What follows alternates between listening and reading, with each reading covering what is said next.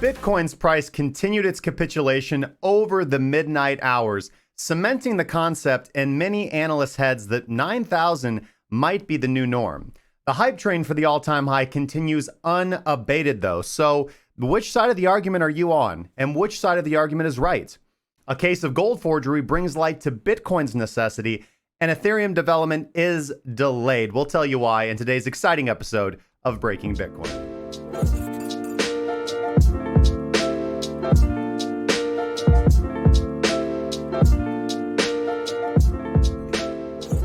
Welcome to Breaking Bitcoin, recorded live in the studio Thursday, August 29th, 2019. Your daily source for market updates, sentiment, and news for traders. I am your host, Justin Wise, lead analyst and senior mentor at CrackingCryptocurrency.com. Hopefully you guys are doing absolutely fantastic wherever you happen to be tuning in from, and whether you're watching us from across YouTube, Twitch, DLive, Facebook Live, or on Roku with the Investor News Channel app. If you want to support the show, make sure to subscribe, follow, share, and engage in that beautiful live chat over there, and hit the thumbs up button. Today's episode of Breaking Bitcoin is brought to you by us. If you are an aspiring trader, new to trading, or an experienced trader looking to sharpen your skills, make sure to head over to premium.crackingcryptocurrency.com to see everything the Premium Trading Group can offer for you. Access to our proprietary indicators, our educational course, exclusive trade signals and setups mentoring, and our exclusive Discord community. Head over to premium.crackingcryptocurrency.com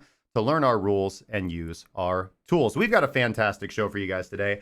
I don't even know where to start. I do know where to start, actually. I'm going to start off the same place I start off every single day, and that's by giving away some cryptocurrency, guys. So, as we do every single day on this channel, I want to thank yesterday's crypto comment giveaway winner, WindyBrownEye, and we are going to give away some crypto today. I want to thank this month's crypto comment giveaway sponsor, X42 Protocol. Make sure to check them out at x42.tech.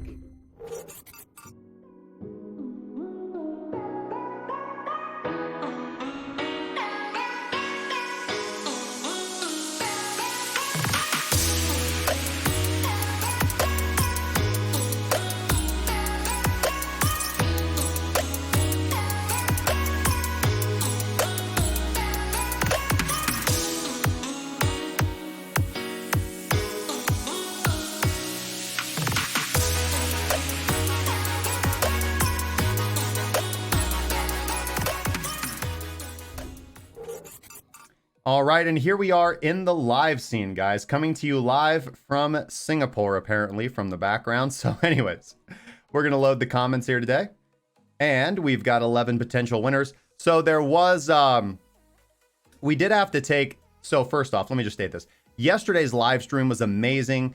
Thank you so much for all the new subscribers, for all the OGs, for all our followers who showed up yesterday and joined us live as we watched Bitcoin's price tumble all the way down to the low 9,000s from its perch of 10,000. It was such an exciting episode. I ended up going live an hour longer than I regularly do.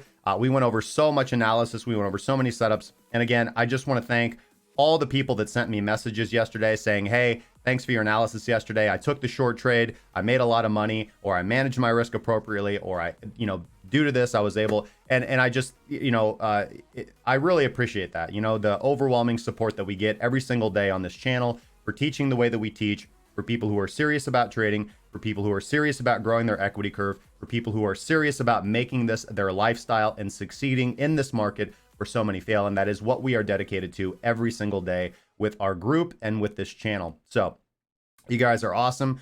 But there was a little bit of a doxing issue for somebody in yesterday's video. So we had to take that down, edit the video, and re-upload it. Obviously, as a channel, that means we take the dings of losing the views and blah, blah, blah, but we don't really care about that. So we just want to make sure that everybody who participates in the show is safe and protected. So anyways, but thank you guys so much for all the comments, all the thumbs up on yesterday's video. But there was like 40 comments. So we've narrowed the pool down just a little bit. So anyways, we're going to randomly pick a winner.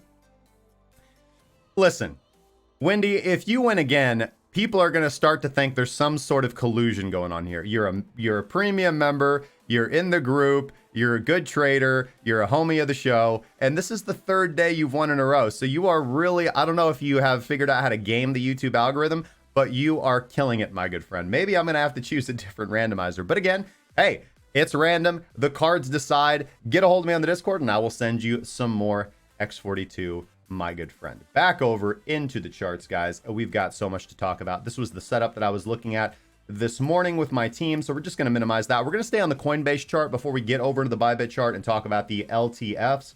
So let me just pull up. Let me just pull open the everything that I need. Let me thank Camille, the main Gujdek, what up, man?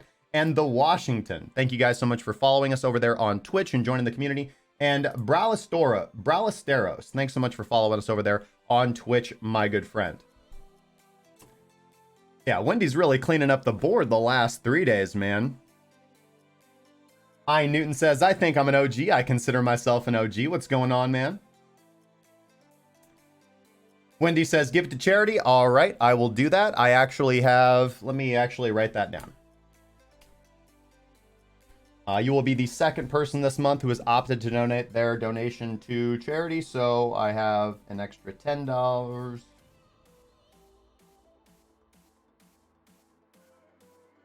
That is another $10 for the water project. All right. We got some Wendy Connect going on here. All right.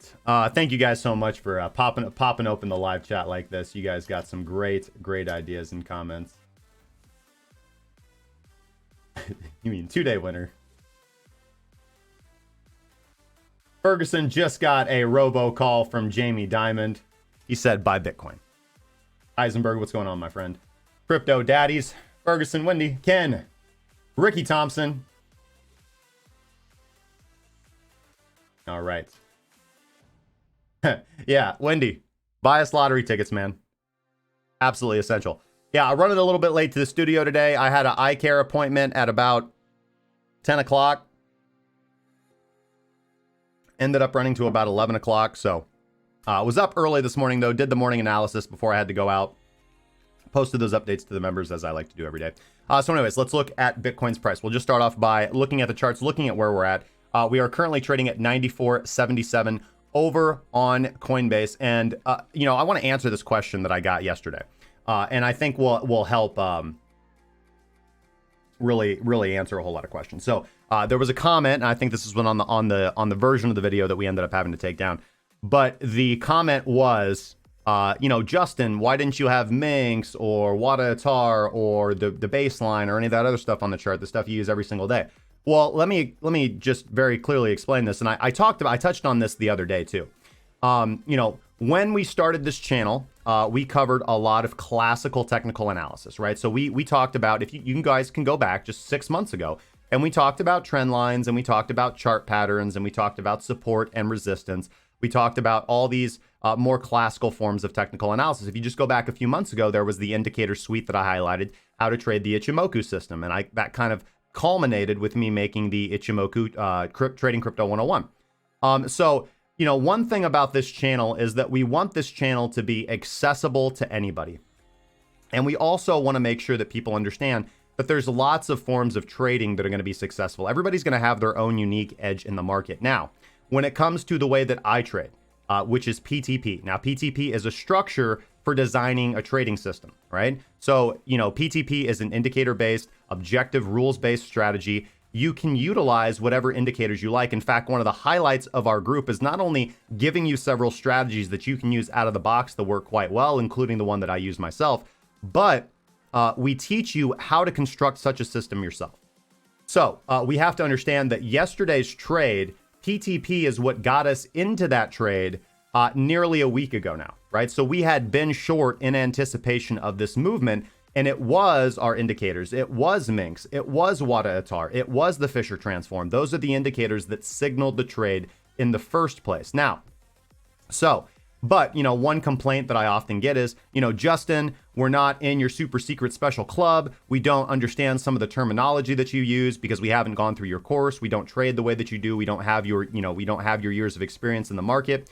And so in an effort to make this channel as accessible to everybody as possible, not only will I occasionally, and I think probably more as we continue to move forward, talk about more classical forms of technical analysis still so that everybody can understand what I'm saying. and have a good framework of which to coordinate. But just as I told a member this morning, as I frequently say, PTP is what allows us to catch the good trades. It puts us on the right side of the market.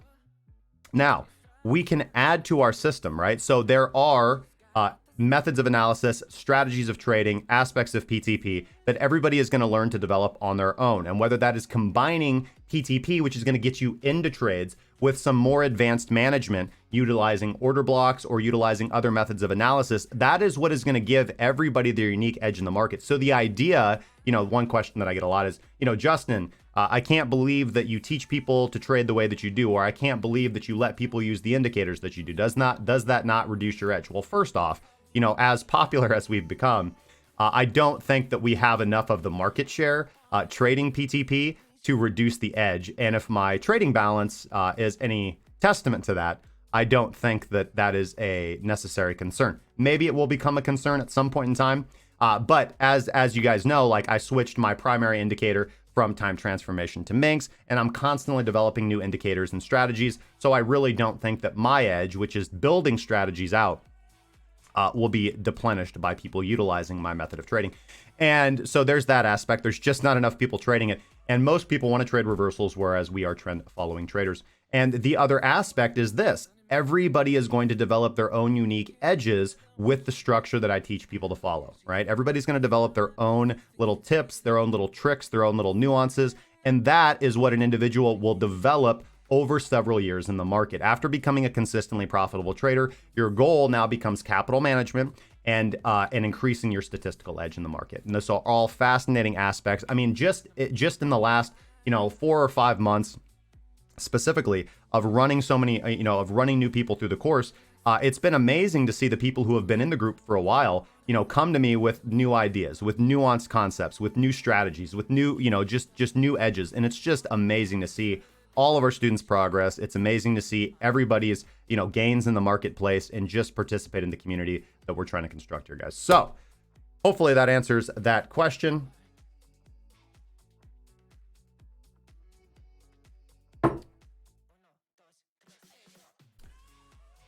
And let's talk about this now. We don't have a very clear order block here to go off of, right? So we talked about, if we talk about pretty much the only, and this is kind of what we had drawn yesterday, we talked about this order block right here. And now we were trading in there for a while. So these two green lines on the chart, the topmost green lines on the chart are going to reference the lowest order block that we currently have, which is going to be this. Now, order block obviously being the lowest down candle in this case. I'm talking about a bullish order block. A bullish order block is going to be the lowest down candle in market structure before you have basically a bounce off of that support and a shift in market structure. So higher lows, higher highs. Now, the higher lows are not extremely evident here on the daily time frame, but again, we do have to keep in mind that this is almost 12 days of bullish expansion, and zooming down to any lower time frame, you are going to see these ebbs a little bit more clearly. Now, that is exactly where we wicked down yesterday, and there was a long trade on the table for that movement, just as there generally is. We have to understand, how do we trade order blocks? Well, an order block is going to be a place where you is going to be an area of the chart where you place a limit buy order if we're talking about a bullish order block, and you're looking to ride that trade back up. And as I commonly tell people, the problem with buying support is that people have a misunderstanding of momentum that will be generated after that support level is triggered, right? So this is why I'm very cautious when I speak about support and resistance. This is why I like to utilize dynamic support and resistance in the case utilizing our baselines and utilizing our exponential moving averages or whatever type of smoothing algorithm that you're using. But in the case of order block trading, we have to understand that for the majority of people that are trading these reversals, right? So, let me just emphasize this a little bit more. So you are going to be taught in most education about classical technical analysis that you want to buy support and sell resistance, right? You want to buy support and sell resistance. Now, that's fine. That makes sense, right? Of course, you want to buy support, sell resistance. Duh. You want to buy when price is low and sell when price is high, right? Yeah, it makes sense.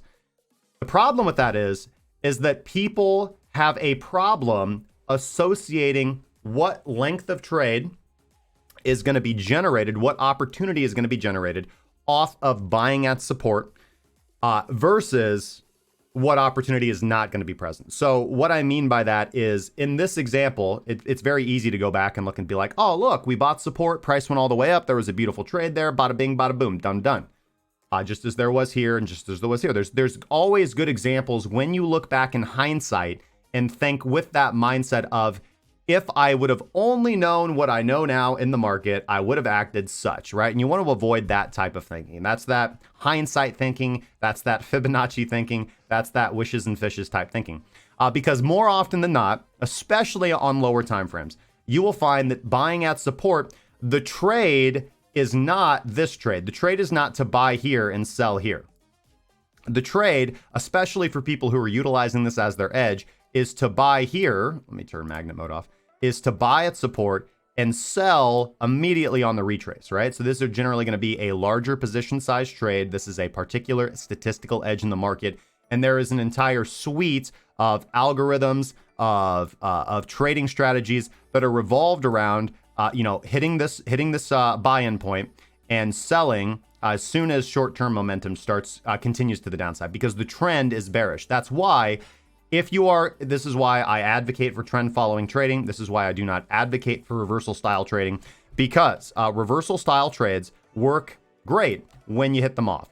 The problem is, and I just noticed this is just what I've noticed with myself, and this is what I've noticed with students that I've taught, and my analysis of the market after my years in the market, is that people who trade reversals as their primary strategy have a higher failure rate than people who do not. It is a riskier method of trading. It is not conducive to everybody. It is very difficult. It's not impossible, but generally reversal style traders will not be managing risk as effectively as trend following traders. It's just a less efficient way to trade if your goal is making money. If your goal is making money, if your goal is to grow your equity curve, and your goal is not to be able to show off on Twitter how you nailed a reversal, that's fine.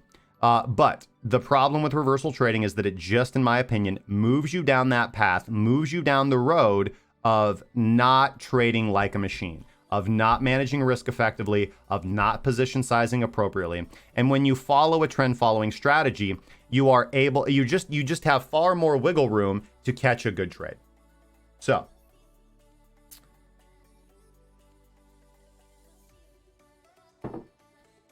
anyways, I want to point out that buying the order block, and when I talk about this, because I do talk about order blocks frequently, buying the order block is not always, generally does not mean that is a good entry for a trending momentum trade, where you expect price to, in the case of a long, in the case of which you're buying, it is not necessarily a case where price is going to just skyrocket up, where you're going to have a long bullish trend to ride, where you're going to get, make a fantastic profit because price is going to move up such a high percentage. Just because price is going to wick or move up slightly from a support level does not mean there's a trending trade that is going to follow that. The difference between a trend and a reversal trade is very similar to this. So here, I'll show you I think there's a good example on the chart, right? So let's take this example, right? This is a reversal trade, okay? And really, that is the less common reversal trade. Really, I would characterize this movement right here as this brief movement up. And we talked about this when it happened, I would characterize this up as pretty much a stop loss hunt, right? We had a big movement up, right? Right above previous market open, and then price immediately dumped down. Buyers were unable to sustain that level. This gave an opportunity for people to sell at a higher price who were trying to offload their Bitcoins, as I think we've largely seen since just about right here. Pretty much, and again, this is controversial, and I'm not trying to make a definitive statement, but I think that we can look at this area of the market, if we draw a line right here, pretty much all of this, right? All these movements up were opportunities for people who hadn't sold yet to sell out of their BTC positions, right? Or to take the market short. I think that's logical. I think that is very conducive with institutional order flow mentality, institutional order flow theory. So So when you take a reversal trade, you want to be very, very, I would say, expedient with taking your profits, because more often than not, the trade to take was actually the buy and then the sell, not the buy and then riding and then hoping to ride a trend. You need a different strategy. You need a different set of indicators or analysis to indicate to you that price is trending. And you need volume, you need momentum, and you need a bullish cross of some sort or some bullish indication on your indicator, your primary indicator, that is going to let you know that more often than not, when this indicator triggers, there is often a good resultant appreciation of price that follows this, right? So the difference between a reversal trade and a trend is a trending strategy is going to get you into the market here because there's plenty of room to go after that. A reversal strategy is going to attempt to get you into the difference, the spread trade between this low and potentially this close. And when we're talking about a lot of newer traders, when we're talking about being able to trade in a manner in which you are not tied to the charts, in which you can actually trade for profit as a lifestyle, as a primary source of income, or as a side hustle, and not have to monitor the charts 24/7 so that you can enjoy time with your family, so that you can enjoy luxury time, so that you can work on your primary job, so that you can enjoy your hobbies.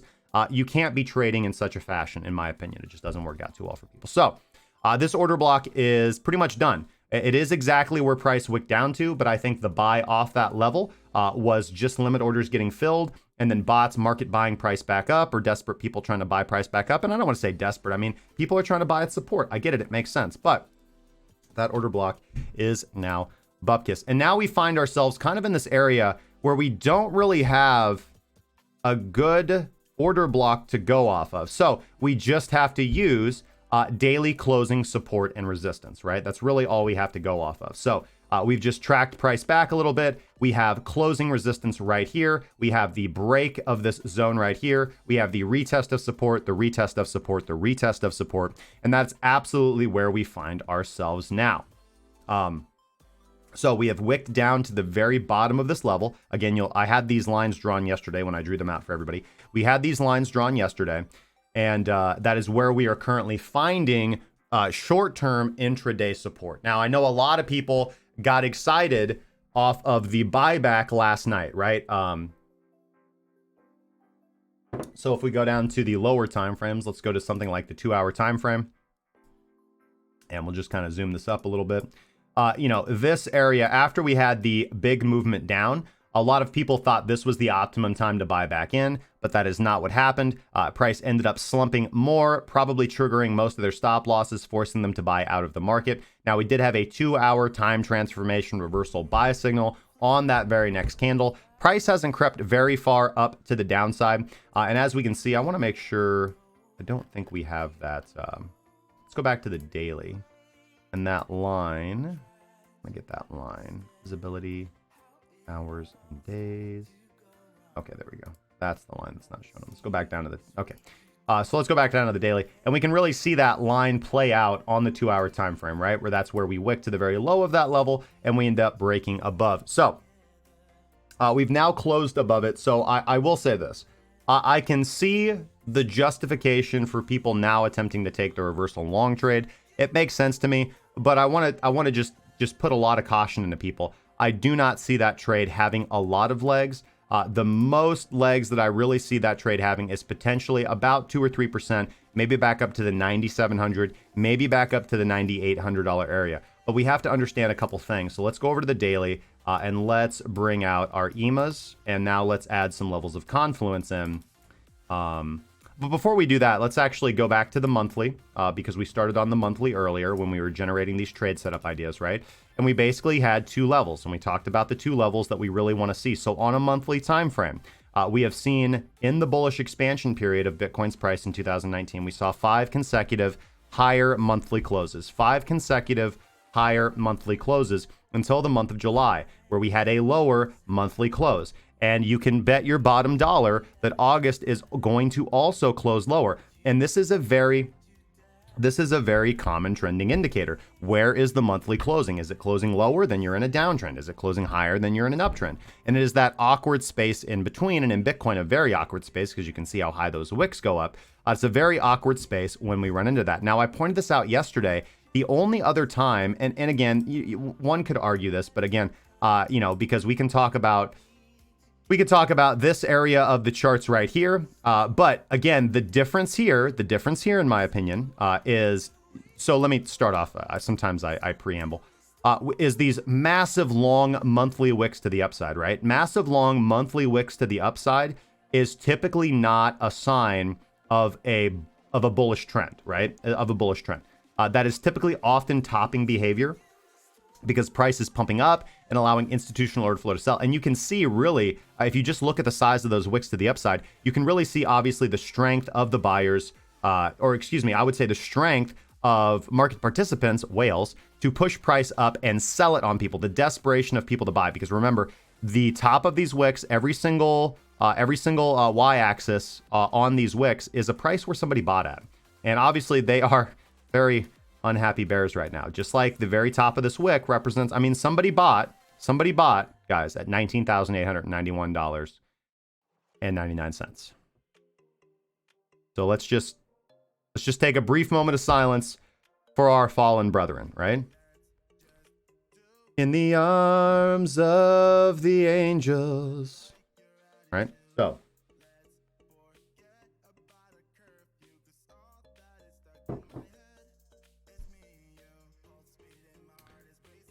but when we talk about those big monthly wicks to the upside, I would say that the only area that looks similar is the top in December of 2017. And then I had obviously the kind of contrarian comment, which is, no, Justin, look at these big wicks to the upside over here, right? What is the difference between this area of the market here back in the middle of 2017, right? Which is, I mean, really, it comes down to that, right? People are looking at the charts, and I think that people who are making the case for this being a pullback for an all-time high, which is on the table, we'll talk about that here in a little bit. The people making the case for this being a pullback to an all-time high are really comparing the price action, the price history of the run-up to the run-up to the all-time high in 2017. And they're saying that where we are right now is right here, right? The problem is that we had consecutive higher monthly closes, right? That whole area where we did wick massively to the upside, we closed higher monthly candles, right? We only had one down candle. That was this big fake out candle. That was right back to the races, right? The market reversed when we had consecutive lower monthly closes. And that's what we're experiencing right now. So the monthly levels on the chart, we used VPVR to construct these as well, just to give an idea of where we might be going in the future. Really, the only monthly level is going to be this shelf over here and the previous level of support, XRP BTC 12-hour breakout. Let's go look at that. Hold on a second.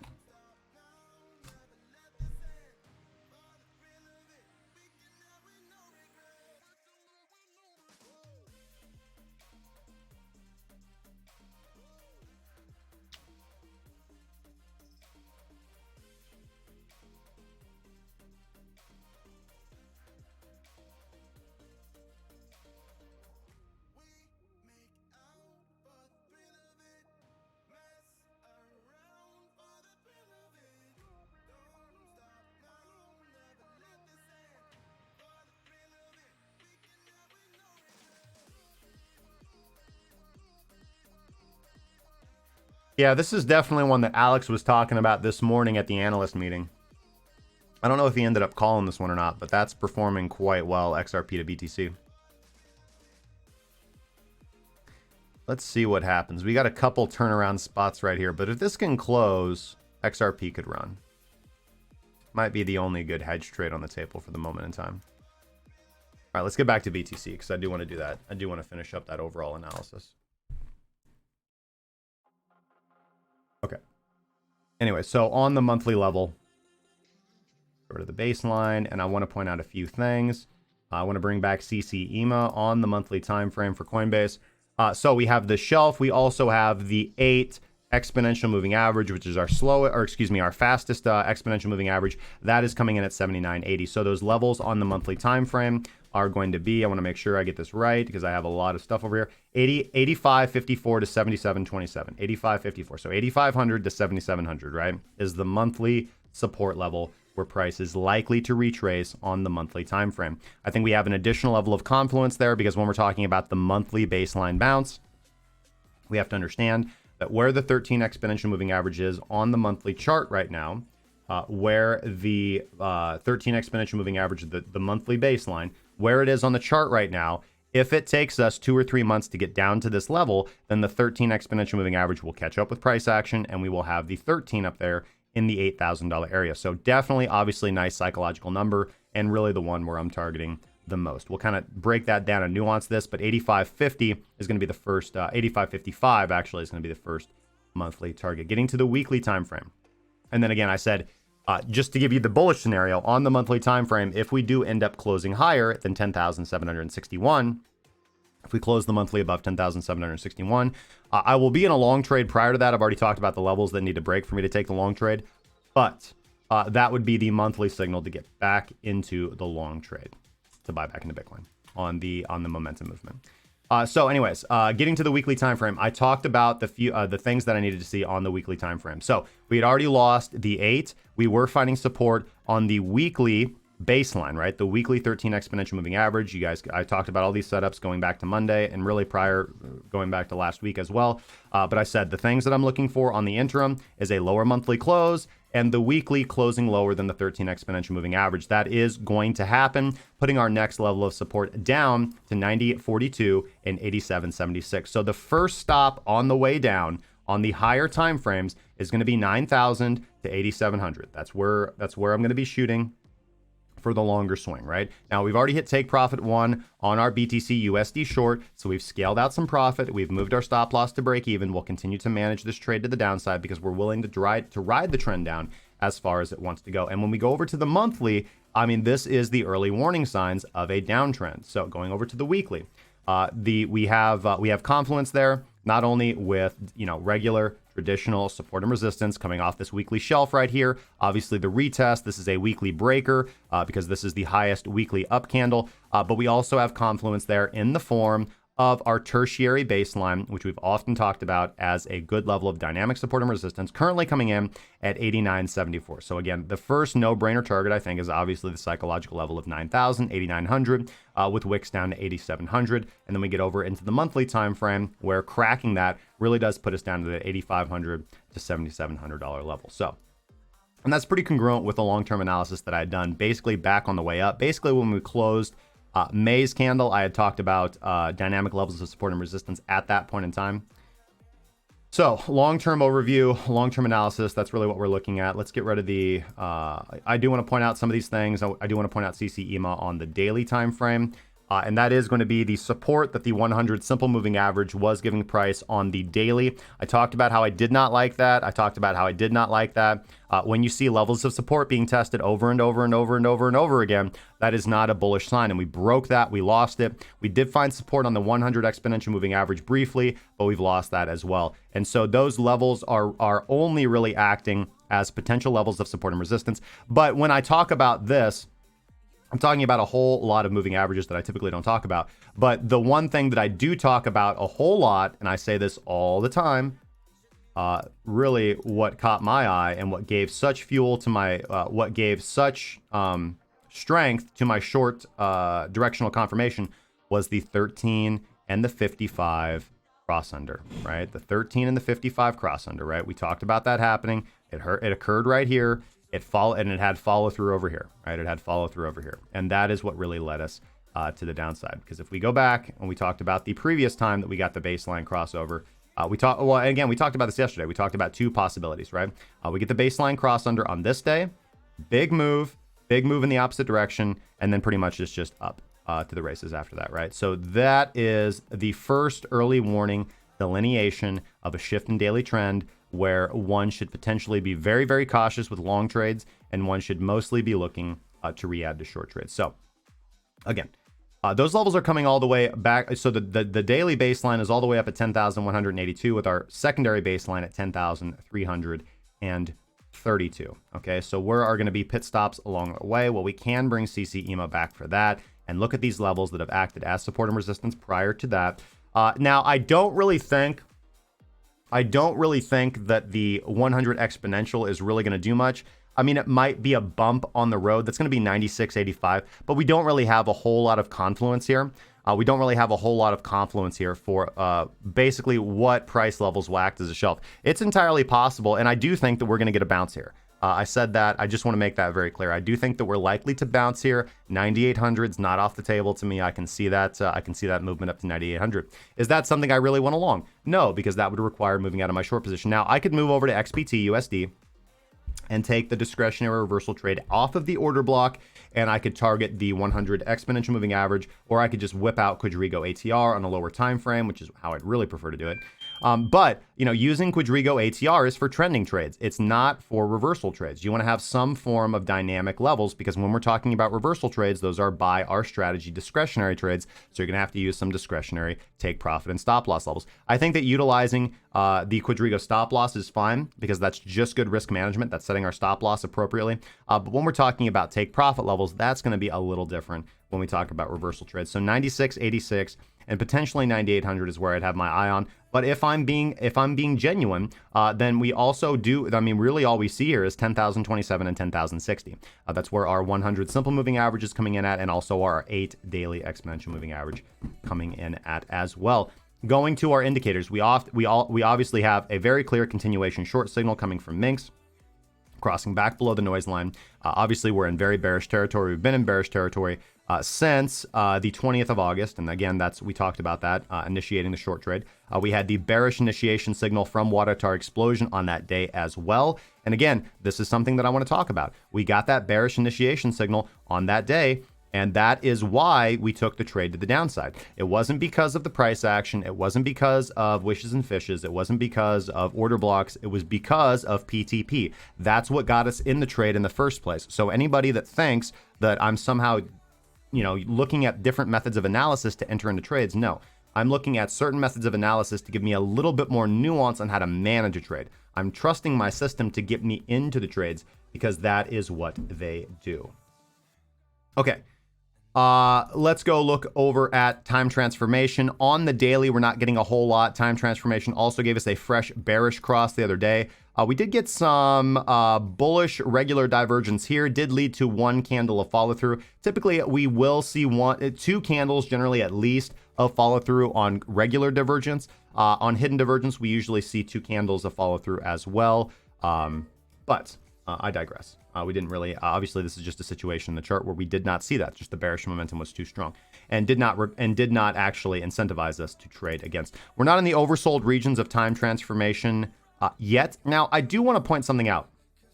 And it's, you know, it's just, it's germane of me to point this out when I notice things in the market. Now, Minx does have dynamic, or not dynamic, but they have their own areas of overbought and oversold. And, you know, I don't want to get too deep into the weeds on overbought and oversold, but I do just want to point out that just a casual analysis, the last two times that Minx has gone oversold, closed below oversold, and then opened up the next candle back above the oversold level, we have moved to the upside, right? Now, it happened. What's interesting is it happened. There wasn't a lot of profit opportunity here. There was this little wick to the upside, but you can see this area of the market generally represents a better time to short. We didn't actually get down there to the oversold level here, but we did reverse here. We did have a wick down. Price closed on this candle below the oversold level. We closed above it on this candle, and then we did have a pretty low margin long trade, not a trend here, but something that one could have caught on the 2-hour chart. So potentially this is a signal that one could be looking at on the daily to justify trades on the LTS, right? To justify trades on the LTS, because your margins are going to be a lot better on the LTS. But, you know, I want to be honest and genuine. So let's go back and look at a few other examples, because this was something that was pointed out to me. So here we have the same example where Bitcoin's price does, where Minx does close below the oversold level. The very next candle, we do cross back above it. There's a very weak trade there on the table, and then a big dip to the downside. Now, would this hit like our stop losses? Unlikely. You do get the buy signal on the next candle. Actually, no, it's not until this candle that you get the Minx continuation signal. But potentially that is an opportunity where you could have caught that candle on the 7th of February, and then there was some very nice bullish expansion. But again, any trending indicator would have most likely got you into the market right around here, as well as Minx did for us. So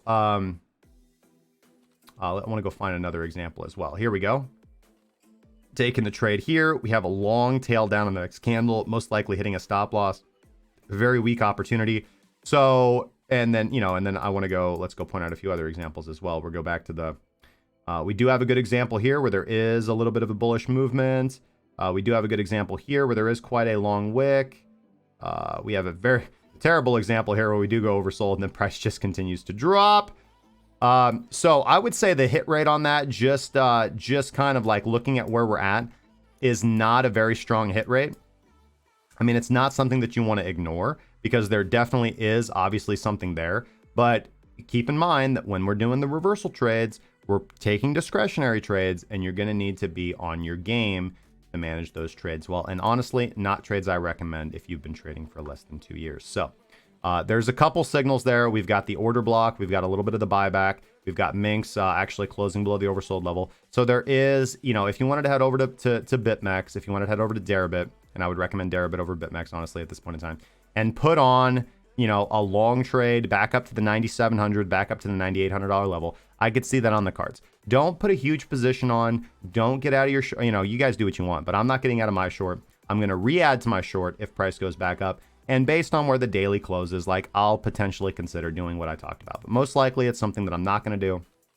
It seems like too much to manage at this point in time. I got a very good entry on my short trade. There's really no reason to foul that up with doing extra shit in the market. So we'll just be cautious and continue carrying on.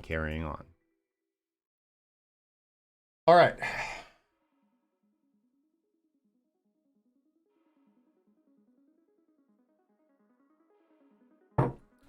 How are you guys doing in the chat, man?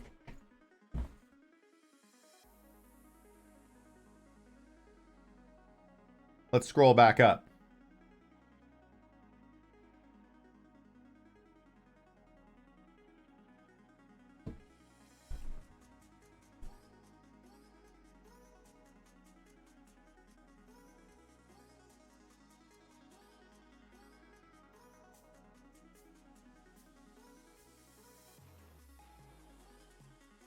Let's go back up and answer some questions.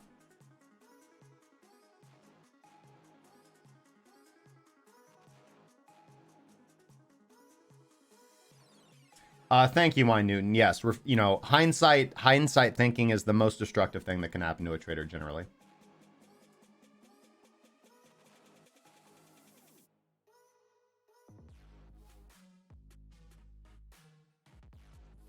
Thank you, Eisenberg. I appreciate that, man. I do think that it's just going to be better for everybody. Ricky Thompson says, are you saying take the overall context of the trend on the daily, and if you take a lower time frame trade against the trend, keep the trade short as you're against the daily trend? Yes. I'm saying be very conservative when you're trading against the daily trend, not only in terms of your position size, i.e. risk, but also in terms of what your profit margins are that you're setting for yourself. Newton says, how do you know at what point you take a profit? When you do take profits, I tend to be more greedy as I see the BitMEX ROE percent grows. Very easy. You set objective take profit levels prior to the beginning of the trend. So you set a level on the chart where when price hits this area, I'm going to take some profit off the table. I'm going to move my stop loss down. And then from that point on, I mean, I teach a couple different methods. Obviously, I teach setting all of your take profits up objectively beforehand, so there's no argumentation, and all you're doing is just moving your stop loss down as price continues to move in your favor. And then the other method is having an ability, taking some profit at some point in time and continuing to scale out of your position at objective levels. But, you can add a little bit more discretion to that, right? So you can say, okay, well, only when this indicator does this will I exit the trade. Or, you can set a little bit more. And there's obviously ways to scale into a trade. We've gone over that as well. So a lot of ways to manage a trade when you get into some more advanced trading. But the big thing that I think is going to just help everybody out is as soon as you enter a trade, let's say you enter into a trade here. We'll bring up Quadriga for a good example, right? Right. So let's say we were going to take, this is going to be, I'm going to give you an example of a long trade.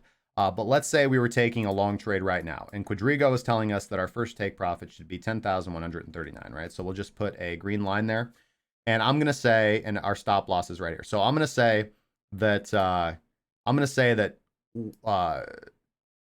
As a trader, you need to be thinking with rules. So you need to think to yourself, okay, I'm going to buy here, and as soon as price hits this price, I'm going to sell 50% of my position, 30% of my position, 25% of my position. I'm going to move my stop loss up to break even, right? So I cannot lose money on this trade. I have done nothing but make money. And now the only question is, how much money am I going to make? Am I going to make a whole lot more money? Because I've already made money. I've already made a profitable trade. And the way that you do that is workflow. So when you enter into a trade, you set your first take profit, minimum, set your first take profit and set your stop loss, right? Now, again, if you're using one of the methods that I teach where you're setting your other take profits objectively ahead of time, then you set all of your take profits, you set your stop loss, you walk away. The only thing you need to do is move your stop loss up at some point in time, maybe put on a trailing stop if we reach a certain level. But other than that, that's how you start locking in profit and growing your equity curve, right? Because it's not greed that grows your equity curve. It's just methodical, consistent execution.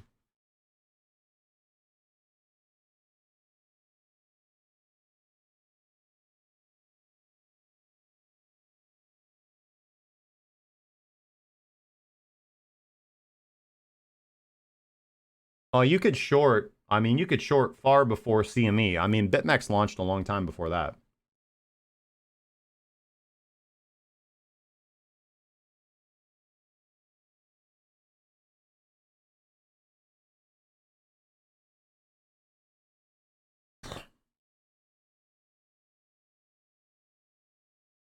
What's going on, Moonshine Fuel? Crypto Jack, what's up, man?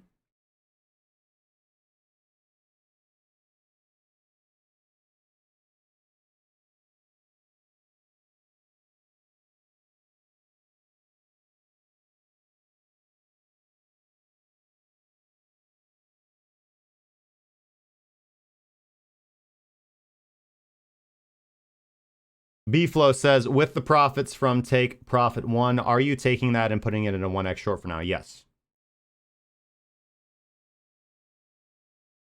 So what's nice about ByBit is that you'll see your balance. If you go to assets, you'll see balance and equity, right? One of those numbers is going to represent how much money you actually have without calculating unrealized P&L. And equity is going to display how much you actually have with unrealized P&L.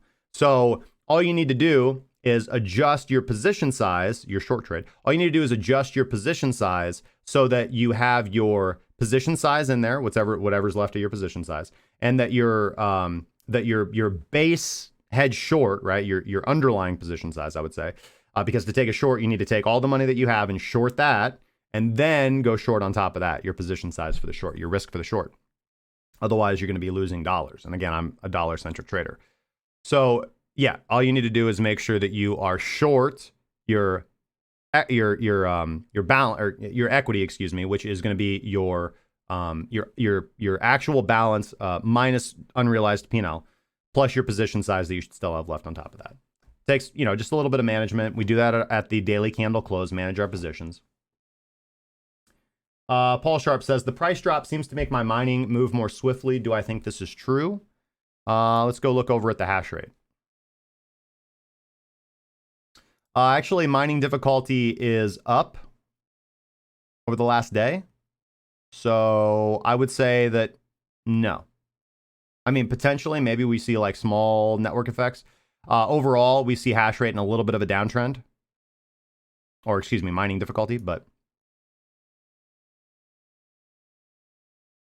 yeah, it's going to be hash rate and mining difficulty and how many people are mining. And again, that's not my area of expertise, but I would say, I mean, definitely price dropping has an effect on Bitcoin mining difficulty, not the other way around. Bitcoin mining difficulty is a lagging indicator, not a leading indicator, as some people try to say that it is. It's silly.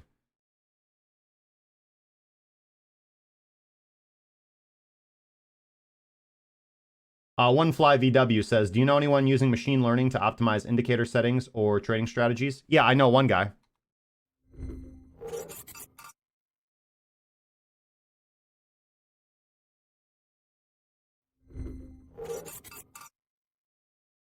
Mr. Ether, what's going on, man?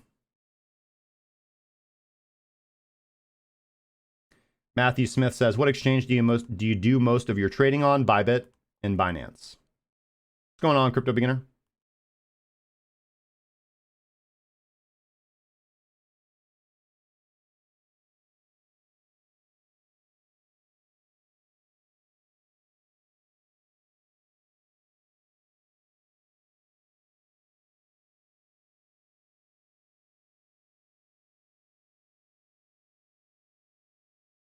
Bell, you should come around when I'm free flowing. I would say that I got a nice sense of humor.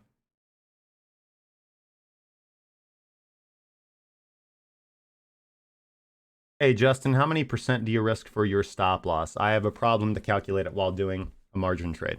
So that's going to be dynamic. It just depends on what Quadrigo says, which is going to be based off the average true range indicator is how I set my stops.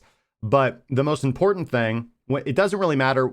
This is going to be controversial. It matters where you set your stop loss, but it doesn't matter for your risk. Because the tighter your stop loss, the larger position size you take, the farther you move your stop loss away, the lower your position size is. I've talked about that formula for how to calculate your position sizes. I think that was like 2 days ago in the video. There's a timestamp for it. And you can go to twitch.tv/cracking_crypto and watch the highlight. You can watch the highlight where I explain how to position size. But it is, it's a acceptable loss, right? Which is going to be your capital times your risk percentage. So if you got $5,000, if you got $5,000, then, you just calculate 2% of that. Pretty easy math. This is a challenge for you guys. Calculate 2% of $5,000. And that's going to be your acceptable loss per trade, right? So you have your acceptable loss per trade, and you're going to divide that by the distance to your stop loss in decimal places. So if your stop loss is 2% away, that's 0.02. So you take 100 divided by 0.02, and that will give you your position size for the trade, because that is a position size that if your stop loss gets hit, you've lost $100. Best exchange to short Bitcoin, ByBit by far.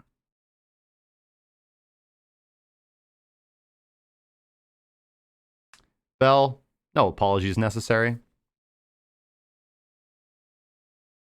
There are two Justins. There is analytical Justin, and then there's well, you'll see. Weekends with Reese, there is a link to ByBit down in the description below if you would like to check it out.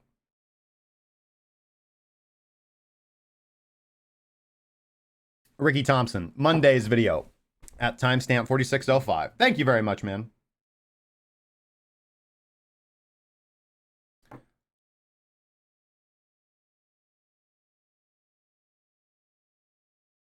Yeah, what's the funding rate on BitMEX?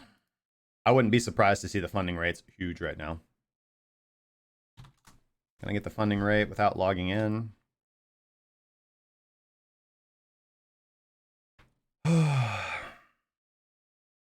$0.01.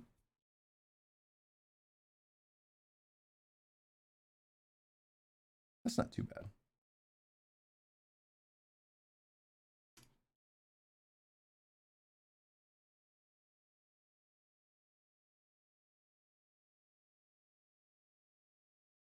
Let's do dun dun dun dun dun dun.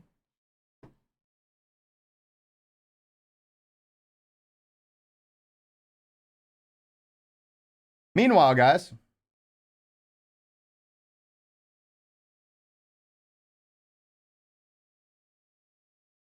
money plant. Justin, just say it. Meanwhile, Max Kaiser explains why Bitcoin's price is going to hit $25,000. So don't be discouraged, guys. This man right here, Bitcoin's going to hit $25,000. I was thinking about making this the thumbnail for today's video. This would be a great thumbnail. It's kind of like he's looking at you and he's like, listen, dude, if you don't own Bitcoin, you're an asshole. Just do what makes sense, man. Do what makes sense. Buy Bitcoin. Do the right thing. Do the right thing. And, this is a pretty good article. This is from News U Today. Max Kaiser, I don't know if you guys, listen to him or talk to him or whatever. Well, not talk to him, but listen to him and kind of read his tweets. He's tweet poet over there on Twitter. He's, we follow him. He's pretty funny. But basically, he's making the same argument. He's like, there's a lot of turmoil at the Fed, the world's central bank, and White House. You've got China coming out with a digital currency. You've got Mark Carney of the Bank of England talking about the synthetic hegemonic currency to replace the United States dollar. You've got Trump railing against the Fed. You've got the Fed. Listen, here's the thing, man. Every other person involved in Bitcoin, and for the most part, and everybody who talks about like economics, just wants to sit around and trash on the Fed, right? And I do too. But here's the thing. Like, you also have to understand, I think a lot of people don't understand, like, like how central banking is supposed to work. Like I get, like, listen, I'm a Bitcoiner. I get it. Like we're in a quest to make the system different and this and that and the third, right? But okay, let's just like take that idea out. Let's maybe take the idea that central banking is evil off the table, and let's just look at how the structure actually works, because it does work, right? You can't say like, you know, oh, central banks are the most absolute evil, god awful, fucking horrible thing ever. Well, I mean, they're better than communism because, you know, we've actually been able to create, you know, a world of economic prosperity and a whole lot of technological innovation and, you know, I mean, amazing advancements in style of living and life expectancy and medical innovation. You can't, you know, and we've avoided a lot of financial disasters, and, you know, the world has been largely at peace. There hasn't been large-scale world wars since World War II, and we've averted that. I mean, there's been lots of opportunities where we could have entered into another one. Everybody's like, there's a lot of terrible things going on in the world, proxy wars, and I'm right there with you, man. Human rights violations, I am quick to call out. But on the one hand, I just do want to point out, man, that, like, people aren't eating rats in the streets, except in Venezuela, where they tried socialism.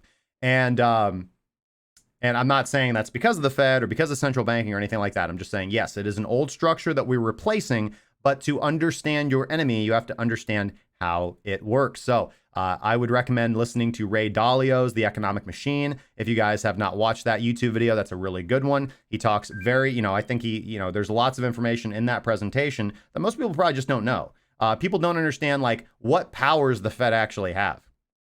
And one other thing that I've heard a lot too, you know, as an American, people are like, well, man, as long as Trump's in office, man, the economy's not going to do fine. But if we get them Democrats in there, man, everything's going to go to hell. And while I do agree with that argument on one hand, because I do lean more toward the right, and I'm kind of terrified at some of the socialistic policies that those on the left want to institute in America, I will say that that's not a very good statement, right? Like, the Federal Reserve, the central bank, was designed so that the government would not have control over monetary policy, right?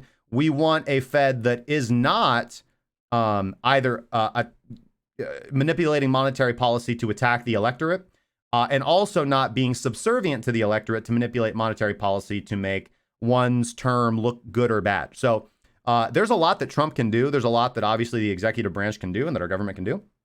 But I think there's just a lot of economic factors that are out of anybody's control. You know, Bitcoin and I think this all comes back to Bitcoin. Bitcoin opened up the Pandora's box, and the entire world is waking up to that, realizing that the opportunity is finally there on the table for the first time in humanity, that we can actually transcend this system of central banking, which was superior to the previous system of banking. I'm not going to lie, like, central banks played their purpose, but they opened up a lot of evil. They quelled a lot of evil, but Bitcoin is just a better technology, right? It's a better technology. It allows for greater human freedom, greater human liberty, and it will replace the old outdated system, just like the internet replaced privatized forms of the internet that we had prior to that, just like TCP replaced other privatized forms of the host-to-host protocol layer. So, you know, these things are important to understand. But obviously we've got central bank chaos. We've got just a whole lot of chaos going on, man.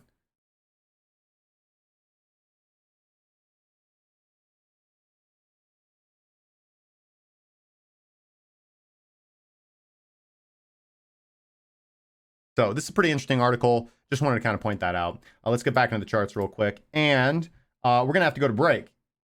And when we come back, we're going to talk about so much. We're going to talk about Ethereum's delayed hard fork. We're going to talk about gold forgery. We're going to look at the Forex markets. And we're going to answer your user-submitted cryptocurrency questions. But before we do,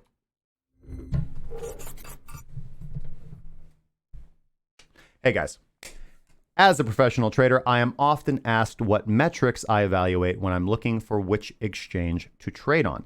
And my answer is always the same thing. There are three major metrics that you, as somebody who values your capital, should look at when deciding whether or not to trade on an exchange. And that is security, ease of use, and customer service. Now, when we talk about cryptocurrency exchanges, we have to take into account the reality of the danger of depositing our cryptocurrency onto an exchange. Stories like Mt. Gox, and obviously FUD and fear about Bitfinex, which I am a proponent of.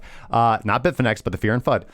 Those are real risks and threats. We've got so many exchanges that have exit scam. Now, I think that the world is in a slightly different place with cryptocurrency exchanges. Obviously, we have exchanges like Binance. We have exchanges like Coinbase, especially Coinbase. They have insurance. So the world is in quite a different place from back in 2013 and 2014 with Mt. Gox. But whenever you deposit cryptocurrency to an exchange, you are giving control of your unconfiscatable funds to a third party, and you are relying on your trust in them. Right now, again, the world's in a slightly different place.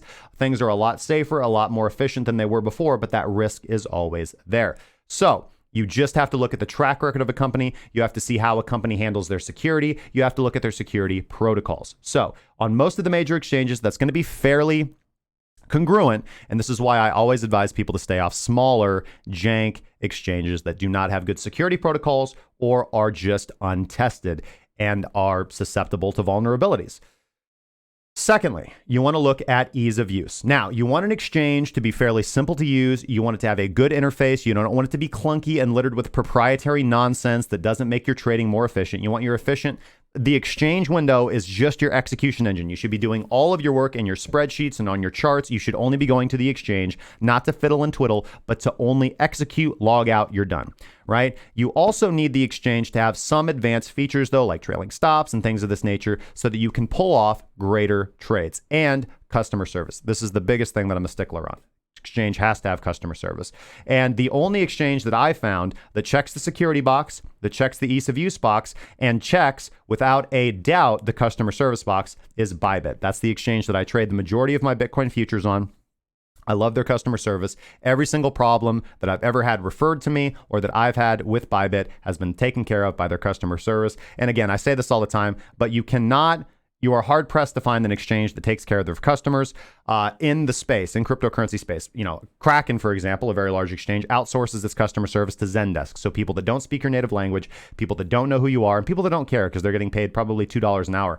And ByBit takes the time to answer your questions in person and takes care of the problem. So if you guys would like to check it out for yourself, you can go to bybit.krakencryptocurrency.com. Link is in the description down below. If you use that link, ByBit will give you up to $60 in your margin account to trade with. You can't withdraw that, but you can make profit off of it and withdraw the profit. And if you should deposit funds of your own and incur a loss, it will take the $60 bonus away from you first before you actually lose any of your hard-won capital. So take the Pepsi Taste Challenge test.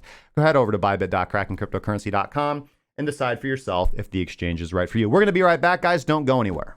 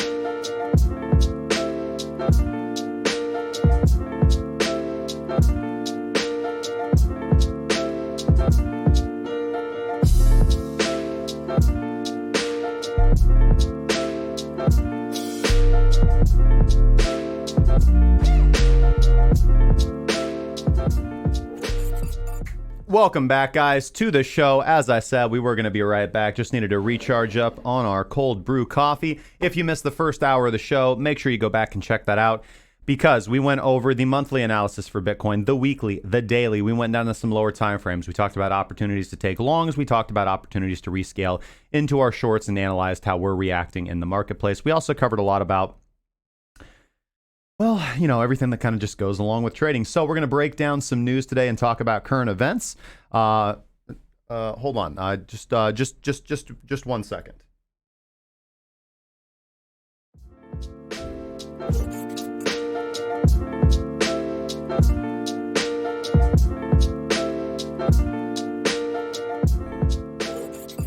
Yep.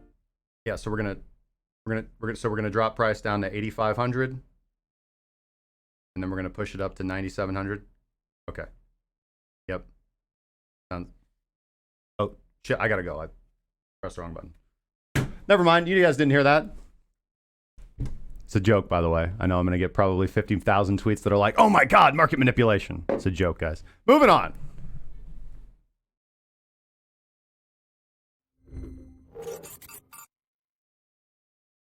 All right. Back to the markets.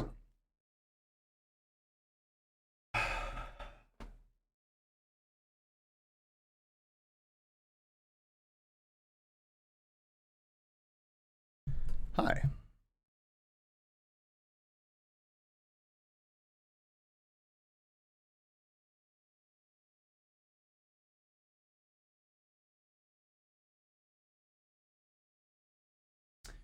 Let's see here.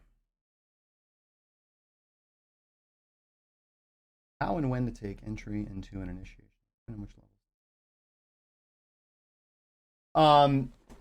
So Chowdery, to answer your first question, he asks how and when to take entry into an initiation of trend. To answer that question, I mean, you're just gonna have to back test the system, man. You have to find the indicators that work best for you, and you have to back test them extensively. You have to forward test them extensively, and then feel confident that you have a well executing system. We teach you how to do that in the Pathways to Profit course. Be happy to show you, my friend. Then he asks, what levels do you want to see when in a position to add to it? So again, I like to use the baseline. I like to use dynamic levels. You can use some subjective methods of analysis as well. But again, you want to be objective in how you apply those. So you want to determine those through your analysis, set those levels, and then not change your mind.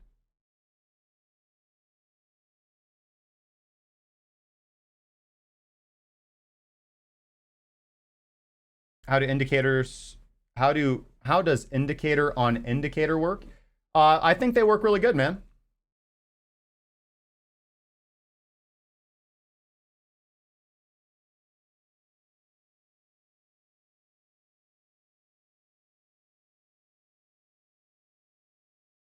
ACDC says, hey, Justin, great show. I watch every day. When will your free indicators be available at ByBit? I miss it. Thanks. Well, you can, the indicators are in TradingView, and you can get the ByBit chart on TradingView. So you can already do that, man.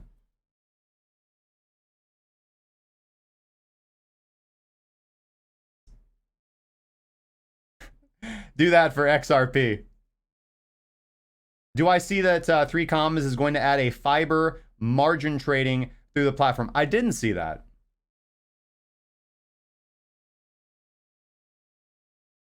Thank you, man.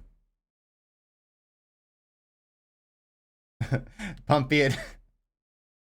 What are some indicators to take advantage of 100x leverage? Prayer beads. I never recommend doing 100x leverage on any exchange, not because of the obvious risk management issues, but because your maintenance margin works against you. Your position is only protected by half of your margin. You know, that becomes less of an issue on 50x, but 50x is still an issue. 25x is acceptable. That's kind of the highest level of risk that I like. I typically don't go over 5 or 10x leverage. You don't really need to. Okay, so we've got some awesome stuff to talk about. Let's bring over the notes for today, and we are going to go right into the news.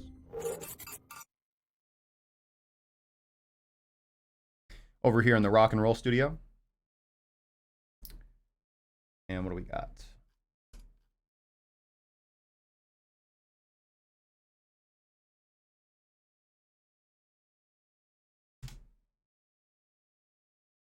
Okay. So we kind of joked about this a little bit yesterday. So Ethereum, in a bid to keep the dream of the world computer alive, is scheduled to make 2 major network updates in the next 6 months. The first hard fork, named Istanbul, was Constantinople. Now it's Istanbul, not Constantinople. No, sorry, is now postponed until September 6th in order to fix a block number selection bug, i.e., so let me translate that into English. The devs were a little bit too worried about magical unicorns and ponies rather than doing correct code. Now, this delay was seemingly inevitable, as many in the community were critical to date of this fork being rushed, as September 4th launch left little time for testing. Wait, you mean to tell me that Ethereum developers were split on a hard fork and a system upgrade? Never, man. That's never happened before in history. Have the Ethereum developers been divided on a split? The second more ambitious update will follow in January 2020, dubbed Ethereum Serenity. Ethereum 2.0. I feel like I need to get the I just got like 3 huge boxes from Amazon, and some of those were new extender cables, so I can set this up a little bit better after moving the computer back there. So I can actually put the soundboard here, so I can actually do funny stuff like I think it's this one.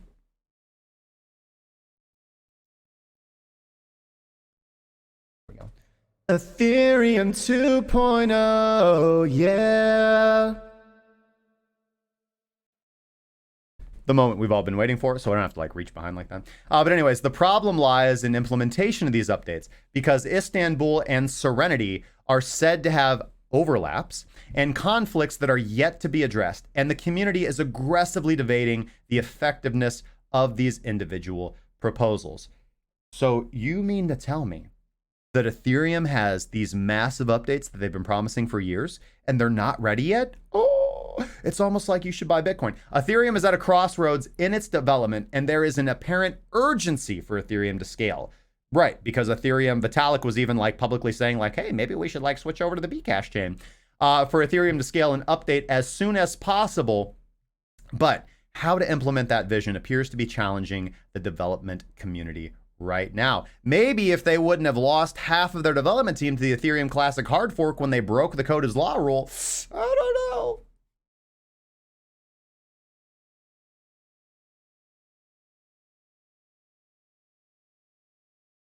You should do the whole show in auto tune, so we could do something like hey guys, Bitcoin's price is super low right now. Gonna set a limit bid right here, and take profit up here, yeah. I don't know if that sounded stupid or not, but whatever.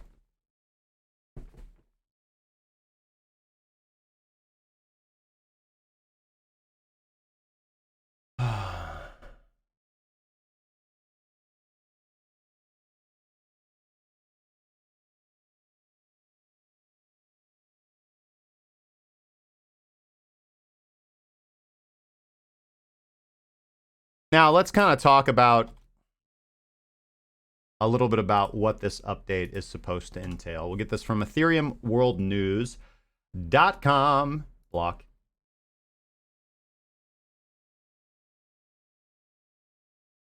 Sorry, text-to-speech. ByBit on 3 commas. What up? Yeah, baby.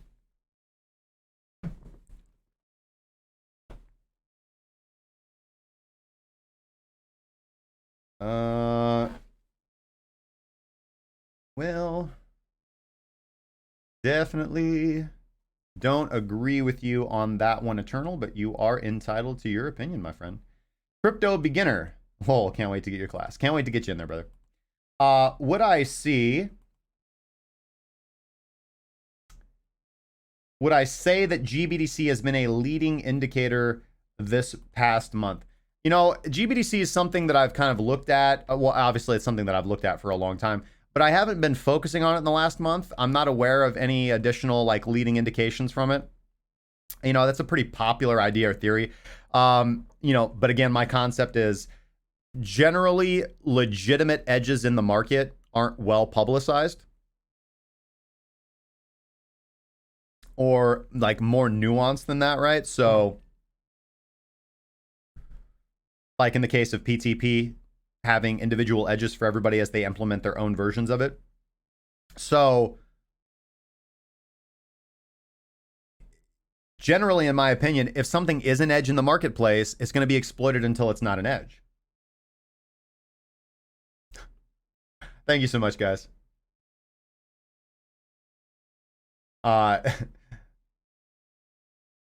Do I do any voiceover? Well, thank you guys for liking my voice. I'm a big music fan.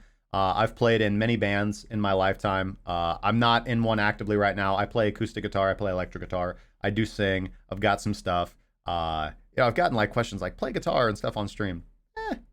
Maybe. I'll tell you what, guys. When we reach 50,000 subscribers, I'll make a separate YouTube channel, and all I'll do is post up like lifestyle stuff. Like, hey guys, what's up, man? Just hanging out in the trading studio, man. Large Chungus, what's going on, man? Thanks for joining us over there on Twitch, my good friend. I gotta fix those updates, man. Scott, we really got to take a look at.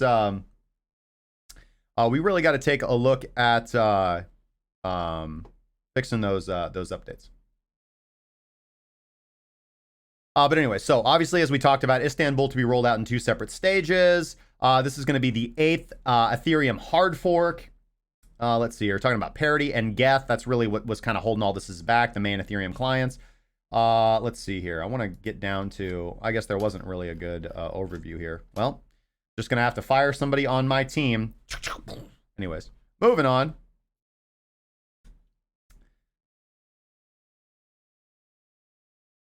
We got 2 articles on this next one that I want to talk about.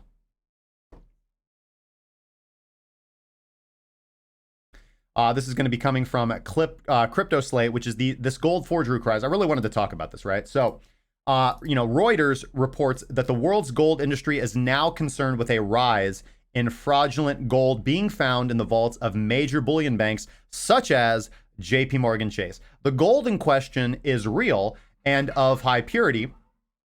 What is fake are the stampings, which carry the logo of leading Swiss refiners and are typically serialized as part of a greater accountability and regulatory regime. Now, rising gold prices have led to a decades-long boom in informal and illegal mining, as well as geopolitical conflict and sanctions marginalizing parts of the world from the global system. Due to these factors, black market gold is typically forced into underground networks or priced at a discount. But by copying Swiss and other major brands on these gold bars, the bullion may be effectively laundered into the West's formal gold clearing and settlement system. So that makes sense. The gold's real. It's not fake bullion, right? It's very, very hard to fake gold metal. But what is gold is its, legality, right? Which, again, one could have the argument that this is just a regulatory regime scheme where individuals are trying to suppress the quantity of gold, trying to suppress the inflation of gold, trying to suppress the availability of gold by only allowing legally mined gold. Legally mined gold, it's fucking in the earth. What do you mean legally mined gold? I pull it out, I buy some shit with it. But they need to be stamped and minted and verified by certain mints, and that allows their purity to be verified and determined.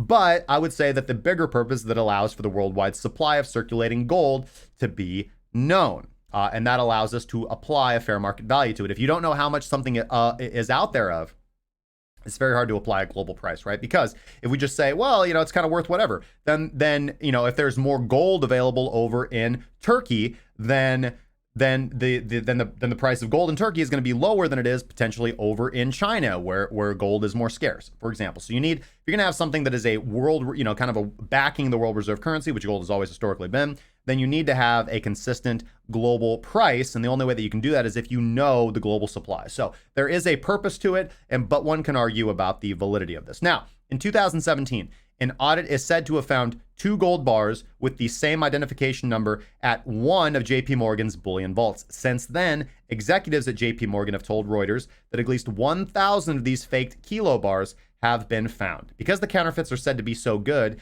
it's likely countless more are going undetected. Nazi gold?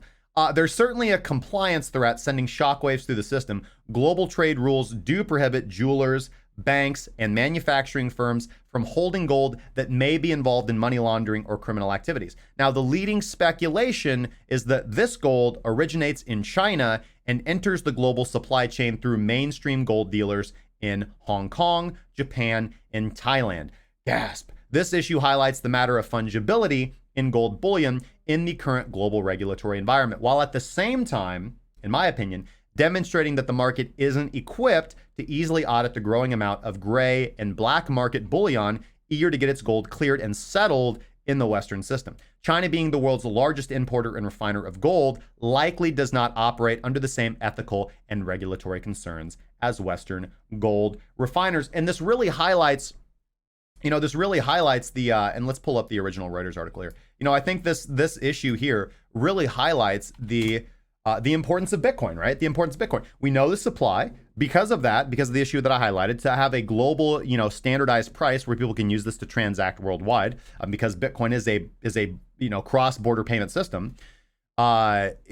It helps that we know the entire supply, the total circulating supply, everything is on the blockchain, as opposed to gold, which is fantastic and everything, but you have to pull it out of the earth, you have to refine it, and then you have to know the supply, and the only way for the supply to be known is to run it through these hardcore regulatory regimes, and it just becomes an issue. And that is centralized authority, centralized control that just opens us up to all forms of manipulation, right? Because as we've talked about before, the more power that you centralize, the more you lose liberty, the more you lose control, the more you lose the ability for anybody else to really do what they want. So, not JP Morgan, the honest bank.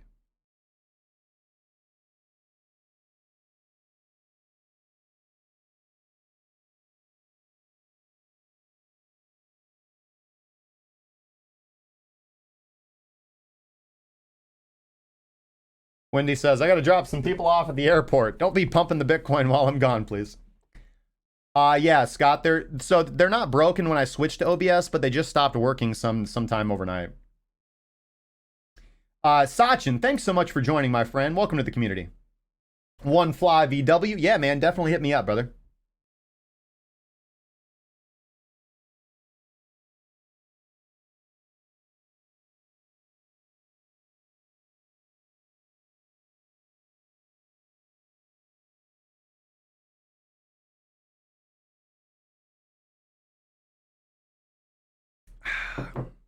Tungsten.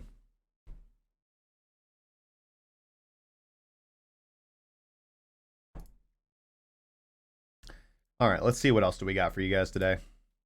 Oh boy. Let's talk about the big news coming in for today. It's gonna be Bakkt. We're gonna talk about Bakkt. Justin, Bakkt to launch its custody service on September 6th. Now, we've already talked about this kind of at length about Bakkt. Now, ahead of its Bitcoin futures trading platform launch set for September 23rd, Bakkt has announced its custodial service known as the Bakkt Warehouse, where you can get the finest in menswear and also deposit your Bitcoin safely and securely. Will roll out next week. Friday, September 6th, the ICE Bakkt Exchange will offer daily and monthly futures contracts physically settled and securely managed using this custodial solution.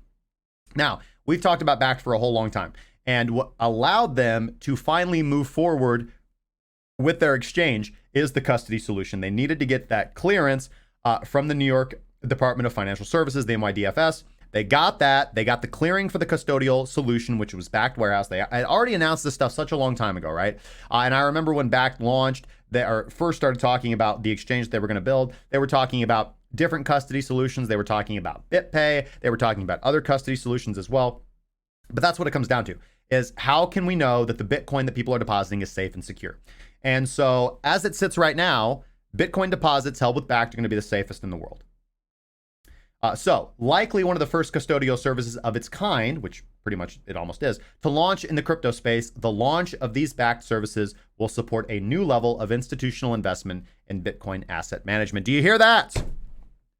The retailers, they are coming. They are coming. This is all the stuff that we need to see to build the bricks in the road to build the Bitcoin world reserve currency. Good stuff, man.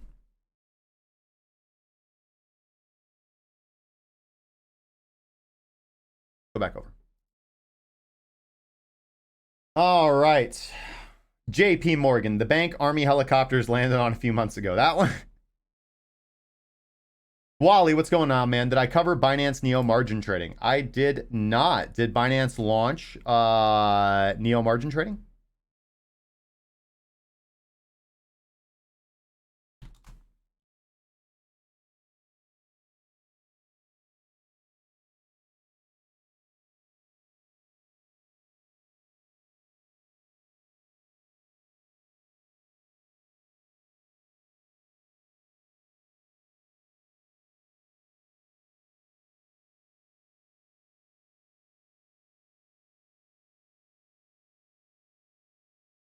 Aha. Neo and Monero. Whoa, what the heck?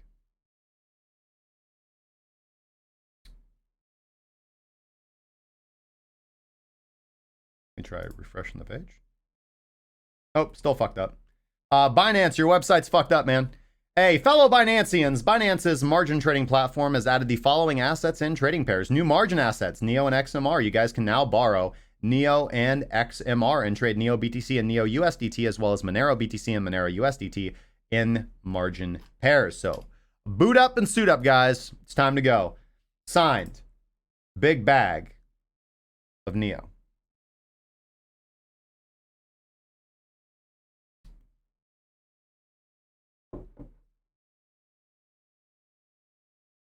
Do I ever see Bitcoin growing very fast, or do I see a slow and gradual growth as retail traders come into play? I think a mix of both, man. You know, I think it's a little presumptuous of anybody to say like, well, I mean, Bitcoin's just going to skyrocket off to the moon and this, that, and the third. You know, I don't know, man. Nobody knows. And I try to be, as a trader, I try not to focus so much on predictions. I try to focus on statistical edge in my trading strategy. But I mean, that's not going to hold me back from speculating, because that's what human beings kind of like to do. You know, I think that there is definitely, I think where we're at right now, even though I think we're going to see a dip right now in a break of this, I think that we're going to see kind of this slow and steady rising of the bar of what the new low is, right? And I think that the more that the global community, the global economic system becomes more and more brought into question, just like all of our institutions are being brought into question as we're going through this massive transition really in humanity, with the way that we think about institutions and the way that we think about freedom and the way that we think about, you know, societal structure and government structure and liberty. All these changes that are going through humanity right now which in my opinion, I think what we're really going through right now is existentially a quest for meaning.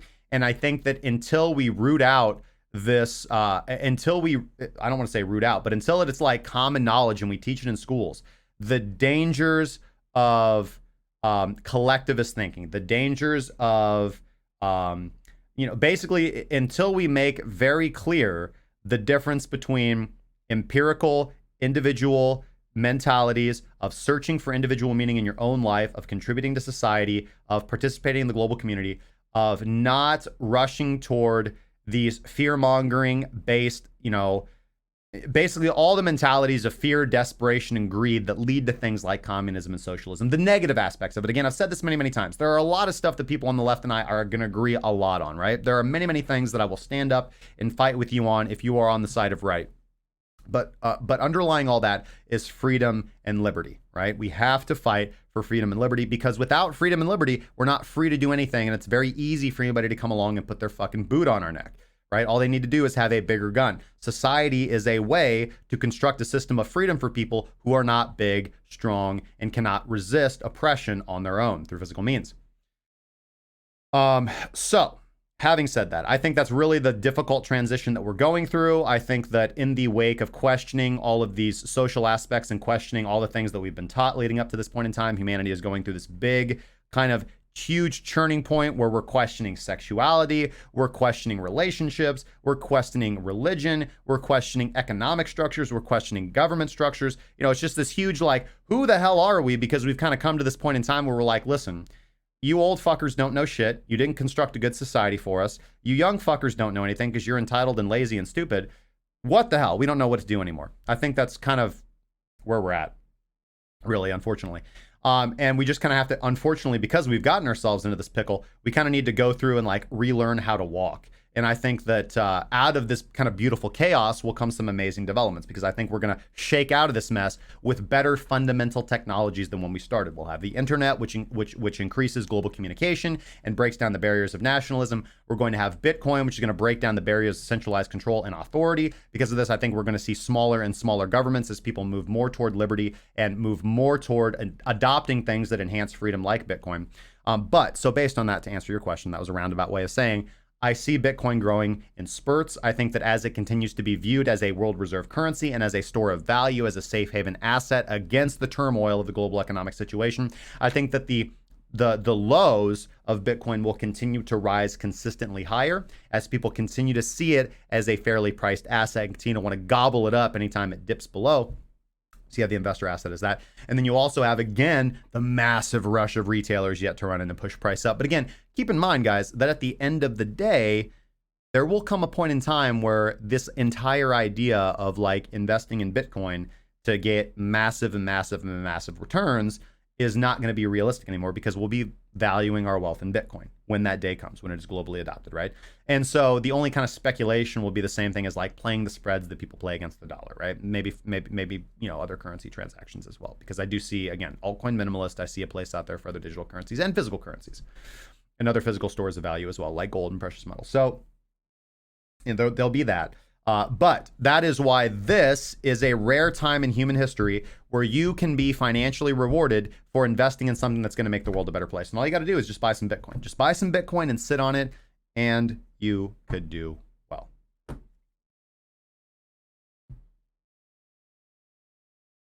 At least we know better than to eat Tide Pods or use paper straws. Yeah, man. I mean, society's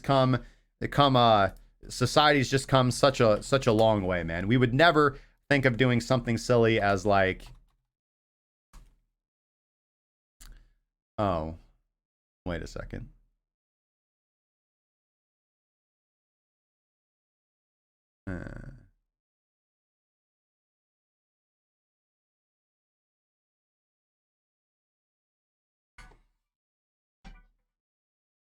Hi, America. My name's David. I'm the CEO of the company that makes Tide and its corollary product, Tide Pods, which is what I want to talk to you about. You gotta stop eating the Tide Pods. Oh, God.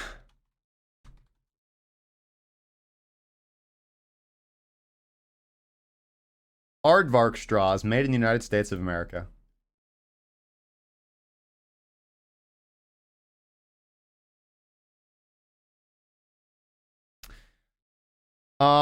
So I just want to point out that the manufacturing of paper straws has a significantly higher carbon footprint than plastic straws. Also, unpopular opinion and fact, your canvas bags, you would have to use your canvas bag, I think it's like 100,000 times to have a lower carbon footprint than a recycled plastic bag.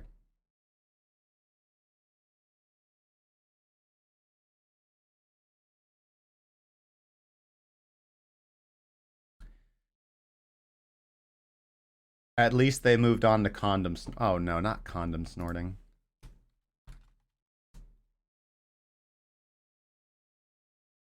I gotta see this. Oh, don't do it.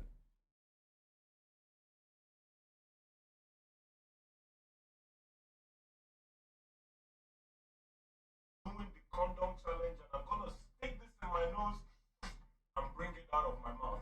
No, we're not gonna do that.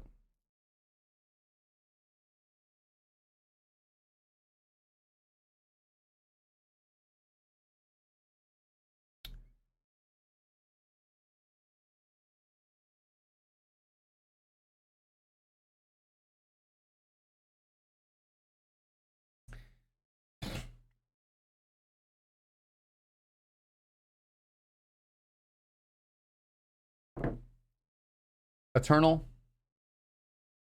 I mean, I would say like, yeah, man. I mean, the internet is absolutely doomed to fail because it was not the U.S. Navy's original idea and creation, man. I mean, so because it's not exactly what was envisioned at the beginning, like clearly the internet must fail.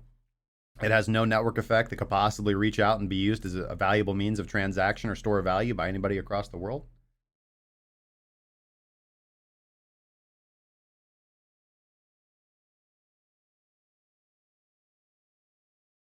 I'm just saying, man.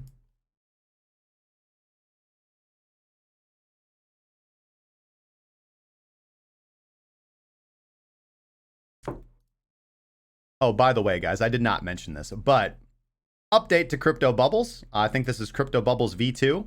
She did a fantastic job of this. There's like newer, nicer little icons on here. You can see all the different, it used to be a drop-down menu on the right, but now you can customize it a little bit more. So make sure to go give a shout out to our friends over at Crypto Bubbles. I think it's just one person, honestly, and they're doing a fantastic job. Wicks, up 47.9%. Need your website developed? Head over to wicks.com. No, screw that. Go check out revivaltechrepair.com and have Scotty build you a dope website. That's what you do.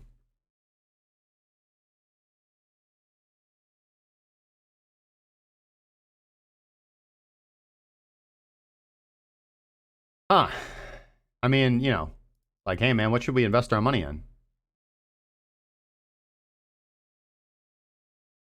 Just saying. Big 24-hour volume coming from Tether.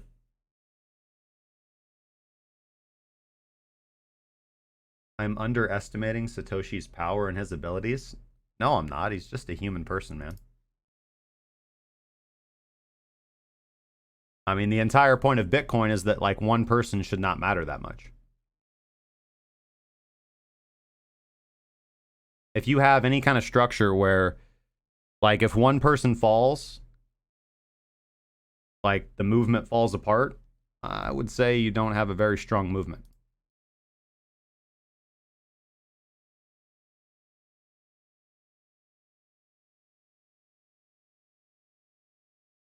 Yeah, this is pretty neat. Ooh, cool, yeah.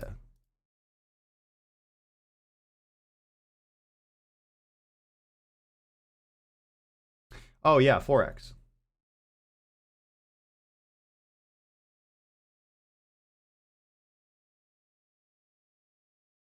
Satoshi, I'm sorry, Satoshi is a robot.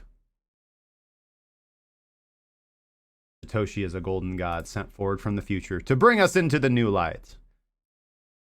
Where will lead us to kings, will lead us to kings. Aha, will lead us to kings. Ba-da-ba, ba-da-ba. Oh, man. Tenacious D in the house. Let's see here. Aussie yen.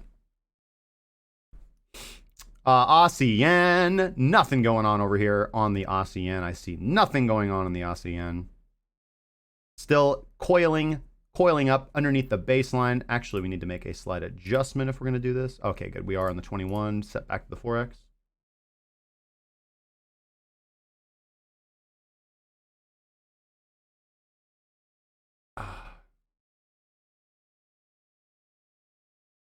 Aussie yen, Aussie Kiwi.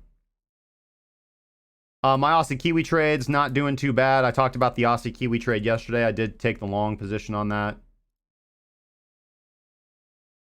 Got my sell limit up here at 106.86. What are we up?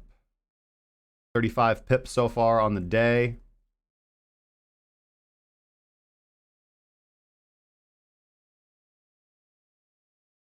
About 31 pips up right now for my entry.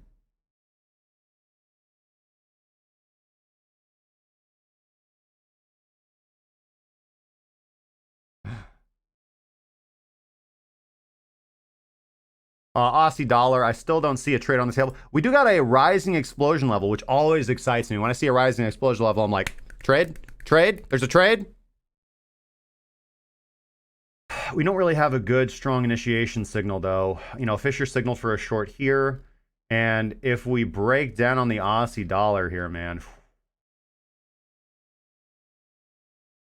You know, I could see that. I could see that real short thrust down.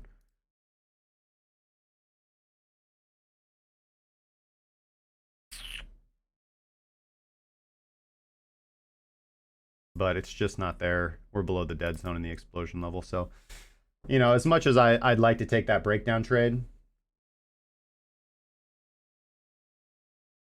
I shall not. The Canadian Swissy.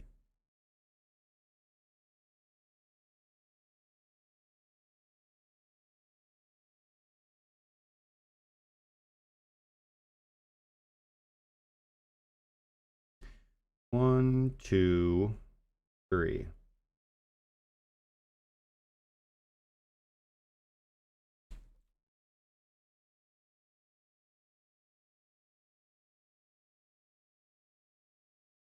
Third risk long setup.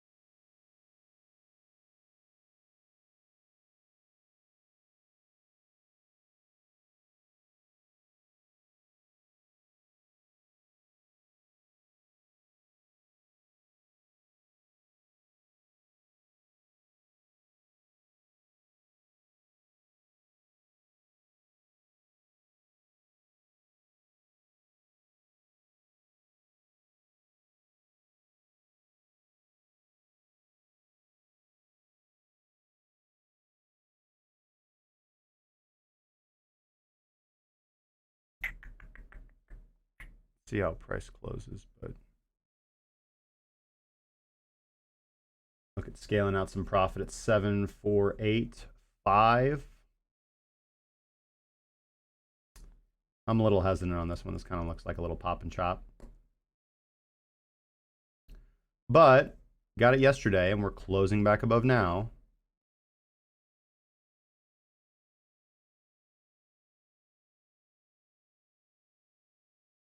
What's going on, Thomas Bang? Thank you very much, man. Large Chonga says, how would I recommend a new trader start getting his feet wet? Well, the first thing that you want to do is develop an edge in the market. So you want to develop a technical strategy. You want to develop a technical strategy that you can backtest and verify its edge. So, you know, if you can go over to tv.crackencryptocurrency.com. I got a lot of free indicators that you can use. I've got a lot of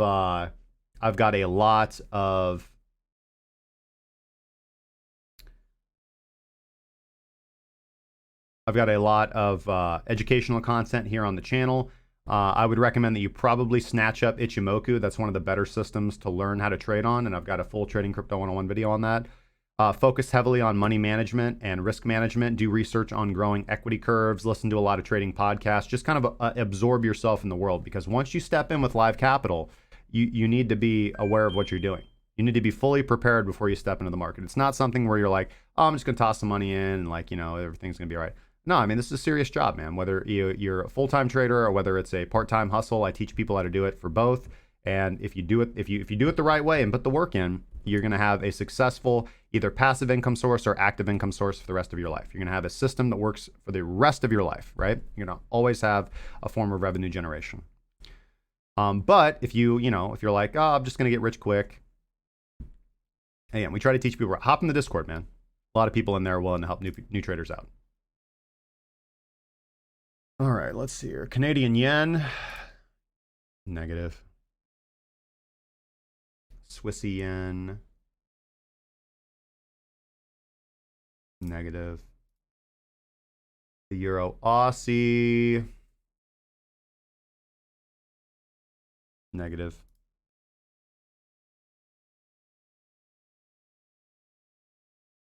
Negative. Come on, guys. Euro Swissy is definitely one to keep my eye on here, actually.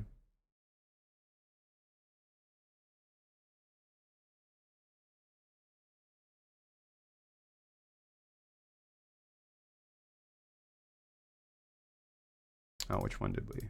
Swissy yen? Or was it the CAD yen? The CAD Swissy. Euro pound.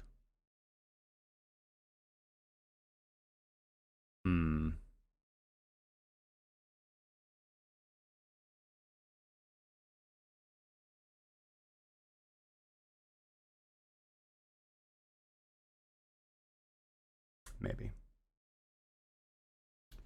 Ooh, the euro dollar. Yep, that looks good.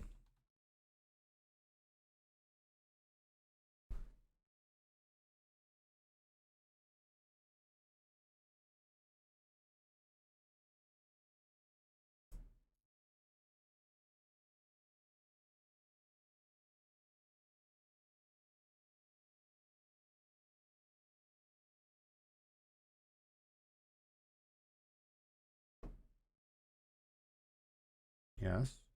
Yes. Yes. Yes. Ooh. Come on, euro dollar. Let's go.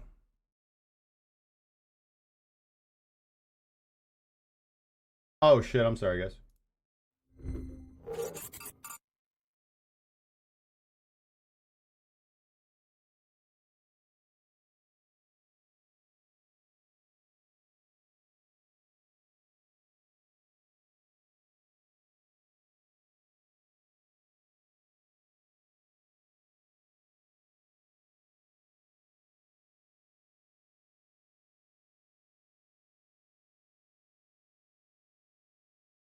Everybody's like, what the hell are you doing?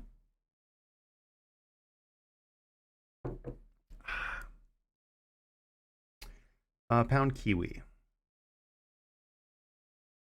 Holding off strong. I don't like to see this this topping reaction though.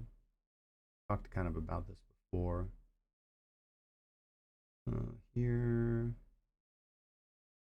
No, I still think this is where you'd want to be. Wally, man, thanks so much for the $10, brother. Hype train. Given that you typically don't let fundamental analysis cloud your trading strategy, does NeoXMR margin launch on Binance affect your trade placement at all? No, man. No.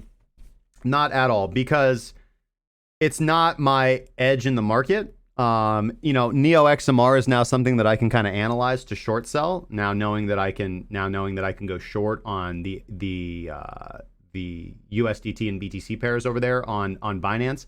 I still don't like Binance's margin trading platform. I'm kind of one of those guys that I like to know that something works very well before I rush in. There are going to be traders who their edge is getting in right through the front door and like trying to extract profit. Not me, man. I'm slow, patient, methodical. I like to do the thing that works the best.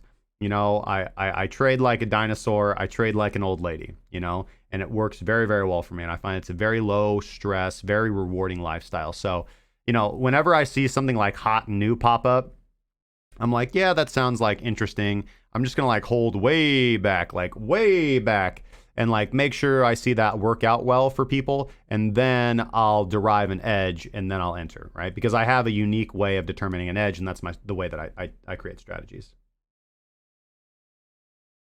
Thank you, man. Thank you so much for the $10, my dude. Putting the money in the miner.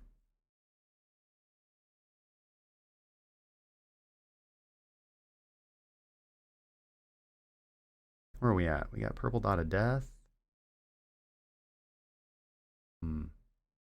We might preempt it.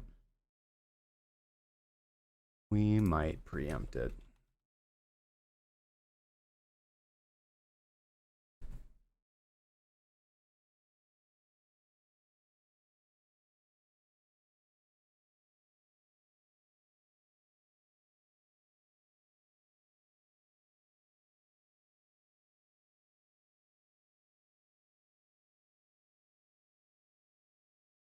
Ooh, pound CAD.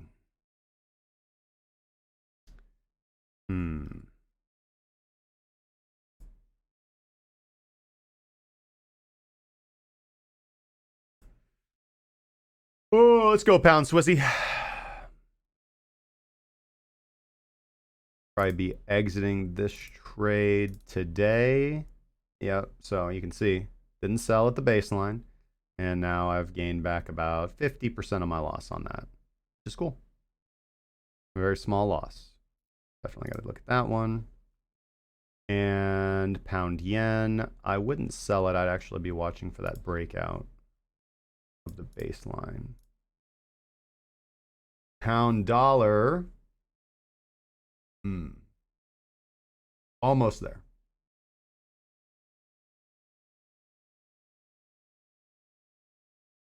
Kiwi dollar, oof. Rough. Yesterday's candle, man, that Kiwi is getting hammered right now.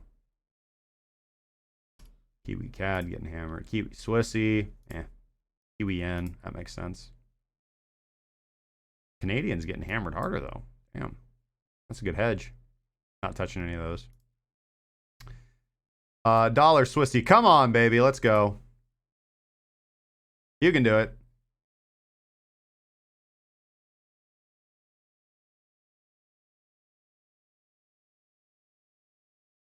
I know you have it in you. You can make it. What is that? 10 pips? 10 pips. You can go. Go 10 more pips. Let's go, baby.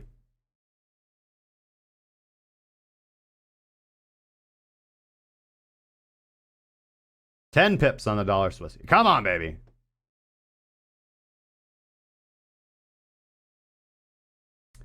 The dollar yen. Are we bullish on the dollar? Yeah, we kind of are.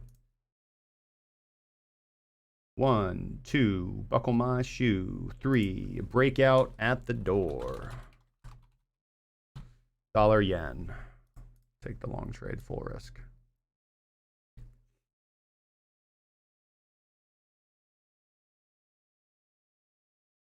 I like that too. Bottom above the zero line. Gonna be a busy day in the Forex market, man. And I think I'm good there.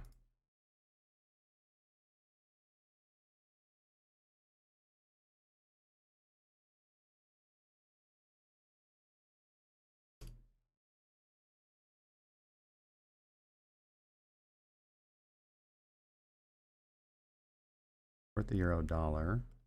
What other dollar pairs do I have on? Long on the dollar Swissy. Long the dollar yen. But short the dollar yuan? That's good hedge. I mean, that's a sensible hedge. That's like super risky though. But it makes sense as a hedge.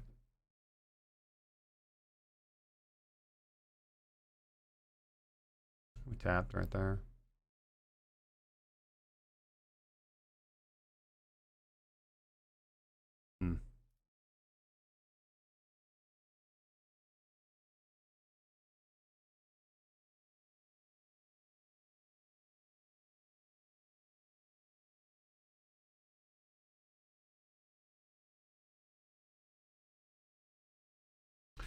Two.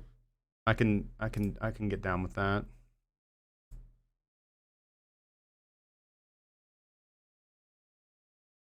I can get down with the get down.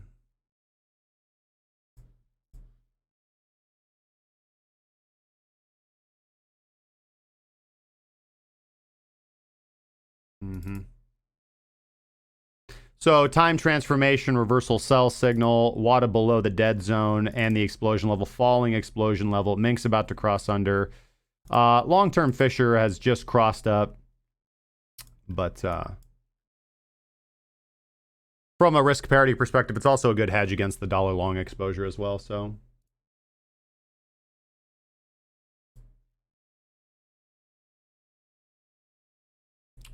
we will maybe put a trade in on the dollar yuan. So Canadian Swissy, Euro dollar, pound Kiwi, pound Swissy, dollar yen, and dollar yuan. Potential Forex trades for this evening. All right, guys, back to the Bitcoin.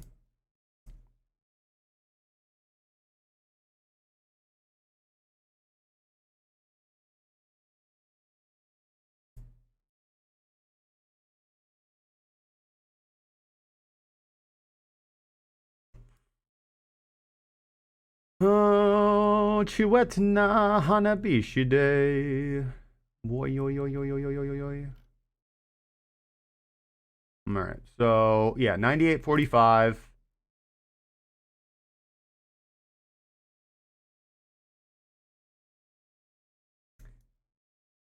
Would be the upwards target, but this is, I don't want to say this is looking weak. I think we're likely to get sideways here for a little bit, but I think that we're going to have a little bit of a baby bitch bounce right here.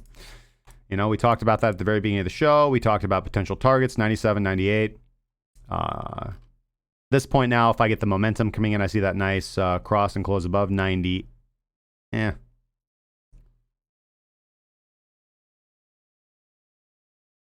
Potentially 98. Potentially 98. And we kind of talked about also the hit rate of minks below on the daily when that's happened and its lack of reliability. So that's the game plan, guys.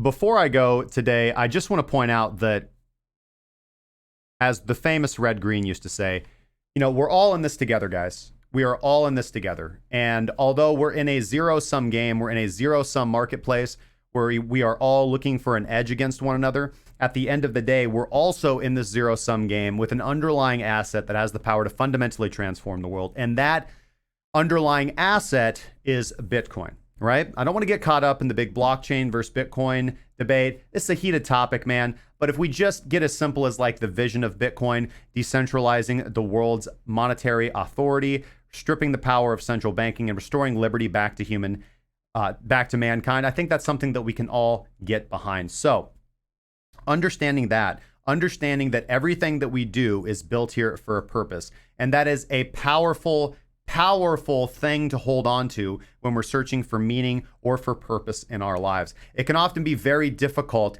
to feel that sense of purpose and meaning, and especially if you're not directly involved with Bitcoin development, if you're not being a consistently profitable trader, or if you're otherwise not benefiting from the Bitcoin community. But it is absolutely something that you should understand that you are participating in just by being here, just by watching this show, and understanding that fundamental concept of what we're all in this fight for, what we're all striving for, and what we're all looking to do overall with the purpose of our lives. Better ourselves, better our investments, better our families and our communities and the world at large, starting from the middle and working its way out. And again, you are involved with the technology that has the power to do that, and what other aspect. And you're free to have your own opinions about how that should implement it. Just understand that you are doing something just by being here and watching this show, just by going out there and telling people about what you're doing, and just by being proud of all of that coming together as one. So do not get down, regardless of which way the market moves.